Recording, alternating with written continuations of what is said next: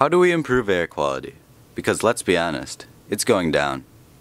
We can't put a giant net over factories or chemically make new ozone, but we can make little changes, like a home garden. Growing your own fruits and veggies helps to protect our precious earth, not in one, two, but in 3 different ways. Think about it. You drive that huge, gas-guzzling SUV off to the grocery store, where even more gas-guzzling semi-trucks have already driven hundreds of miles to deliver fruits and vegetables.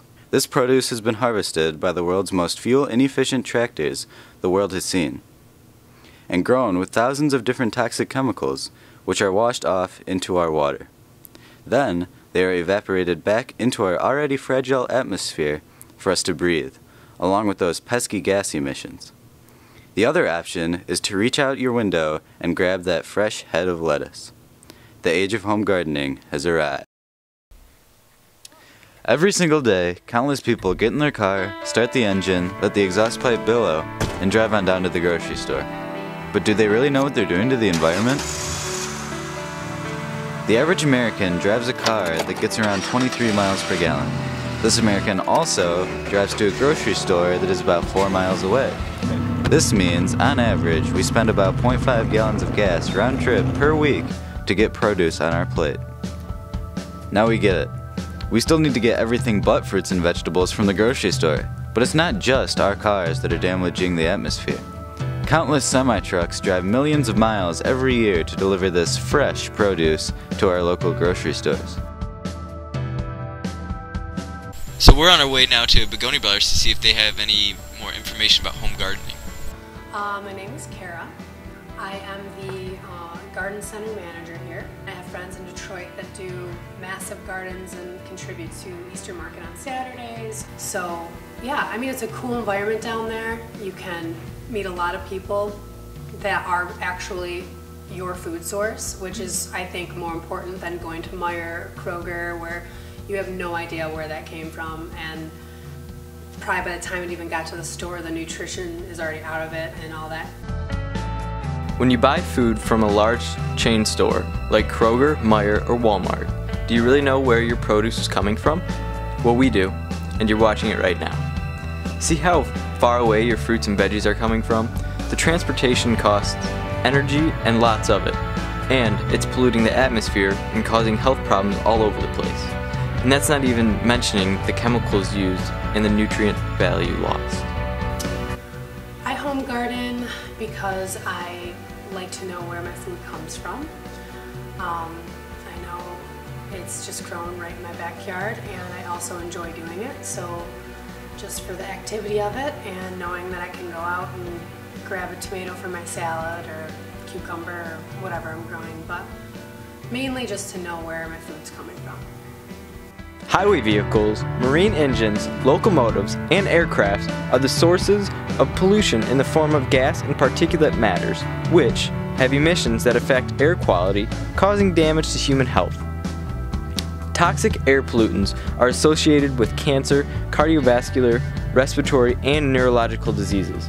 Carbon monoxide, when inhaled, affects the bloodstream, reduces the availability of oxygen, and can be extremely harmful to public health. An emission of nitrogen dioxide from transportation sources reduces lung function, affects the respiratory immune disease system, and increases the risk of respiratory problems. The emissions of sulfur dioxide and nitrogen oxides in the atmosphere form various acidic compounds that, when mixed in cloud water, creates acid rain. Acid precipitation has detrimental effects on the built environment, reduces agriculture crop yield, and causes forest decline. The reduction of natural visibility by smog has a number of adverse impacts on the quality of life and the attractiveness of tourist sites. Particulate emissions in the form of dust emanating from vehicle exhaust as well as from non-exhaust sources such as vehicle and road abrasion have the impact on air quality. The physical and chemical properties of particulates are associated with the health risks such as respiratory problems, skin irritations, eye inflammation, blood clotting, and various types of allergies. As if the car emissions weren't enough, the massive amounts of pesticides and fertilizers used by the giant produce industry cause large amounts of problems for us too. These toxic chemicals can leak into our water system, causing us to ingest these chemicals and become sick. They can also lead to countless problems for plants, animals, and the ground throughout our environment. On top of all this, even if the toxic waste doesn't make its way into the water we use or any of those plants and animals, it still gets evaporated along with the water, making it into our atmosphere for the long haul. Studies from numerous Midwestern universities have shown chemicals from pesticides such as DDT are contributing to pancreatic cancer in southeastern Michigan. Wouldn't you want to reduce the health risks related to this? Now, all of these new technologies are being talked about that will one day cut down on the pollution being sent into our world, but nothing seems to be getting done right now. So what do we do in the meantime? What can average people do frequently to help out the atmosphere? We have a simple yet effective method to cut down on those car emissions, reduce the use of toxic pesticides and fertilizers, and it'll taste good too. Starting a simple home garden. So here comes the big question. How can we, in Northville, start gardening and gardening at home with successful results and food to show for it? Studies have shown that less and less Americans are gardening each year. Why? Well, that's simple. The better the economy, the less gardening we as Americans feel we need to do. Unfortunately, along with these statistics comes the fact that with a better economy comes a worse environment. We feel home gardening is work and only should be done if a family really needs it. Newsflash! A family should always need it. A family should always need it like the air we need to breathe.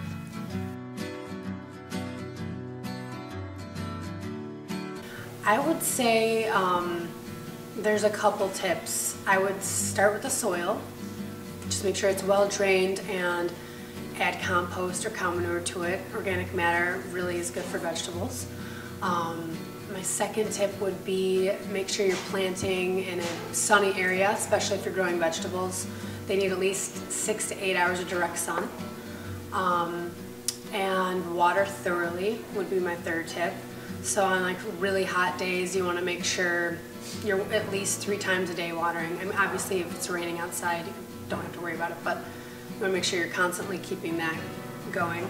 And then my fourth tip is just don't overdo it, don't overplan. I've done that before and then you're just growing so much stuff you don't know what to do with. So just, you know, start with 1 tomato plant, 1 pepper plant, 1 cucumber or something and just go from there, see how it goes and then expand next year.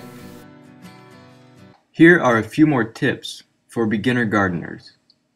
Number 1, the home gardener must know going into this whole process is like working out. You can't have flat abs in a week and neither can you have a salad full of fresh grown tomatoes. Gardening takes time. It takes an open mind and the 3 P's.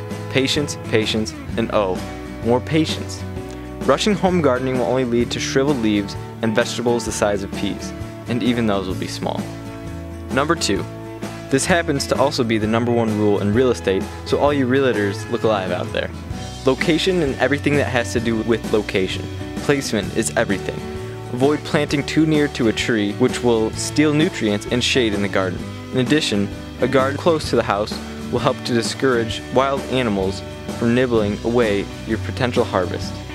Number 3, you'll need some basic planting tools. These are the essentials: spade, garden fork, soaking hose, hand weeder, and a wheelbarrow or bucket for moving around mulch or soil. It's worth paying a bit extra for quality tools. Number 4, stay away from clay soil. When clay gets wet, it has the tendency to turn into a cement-like texture. Spoiler alert, plants don't like cement. The best soil to use would be a combination of sand, silt, and clay.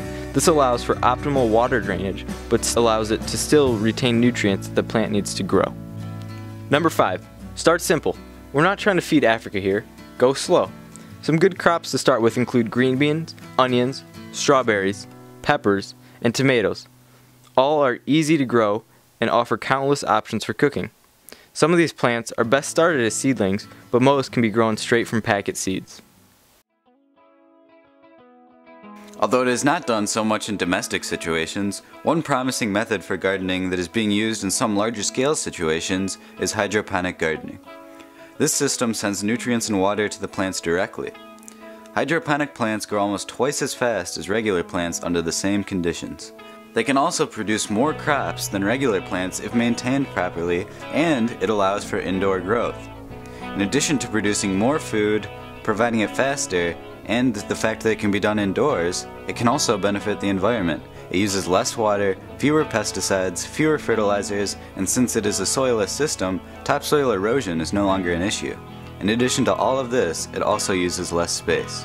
This is the system of the future.